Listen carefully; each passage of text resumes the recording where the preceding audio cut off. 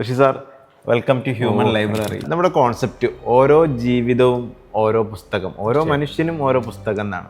ഈ ഒരു പ്ലാറ്റ്ഫോമിലേക്ക് വരുമ്പോൾ എന്തായിരുന്നു നിങ്ങളുടെ മനസ്സിൽ? ഓരോ മനുഷ്യരും ഒരു പുസ്തകം തന്നെയാണ്. സാധാരണ പുസ്തകങ്ങളൊക്കെ എഴുതുന്ന ആളുകൾ ഒരുപാട് സമയമെടുത്ത് ഫ്രീ ആയിട്ട് ഇരുന്ന് എഴുതുന്നതാണ്. അതിനായിട്ടിരിക്കുക. പക്ഷേ ജീവിതത്തിൻ്റെ രണ്ടറ്റം മുട്ടിക്കാൻ വേണ്ടി, ഒരു കുടുംബത്തെ രക്ഷപ്പെടുത്താൻ വേണ്ടി ഒരു മനുഷ്യൻ പാടുപെടുകയാണ്. പച്ചയായ മനുഷ്യൻ, അവന് ഒഴിവില്ല അവന്. പക്ഷെ അവൻ്റെ റിയൽ ആയിട്ടുള്ള ജീവിതം ഒരുപാട് എഴുതാനുണ്ട്. ഉദാഹരണത്തിന് ഒരു രാത്രി കാലങ്ങളിൽ ഒരു ജ്വല്ലറിക്ക് കാവൽ നിൽക്കുന്ന ഒരു സെക്യൂരിറ്റി, അദ്ദേഹത്തിന് രാത്രിയിൽ ഒരുപാട് കഥകൾ പറയാനുണ്ട്. ആരാണ് അയാളോട് ചോദിക്കുന്നത്? റിയൽ പിക്ചർ, റിയൽ കഥകൾ.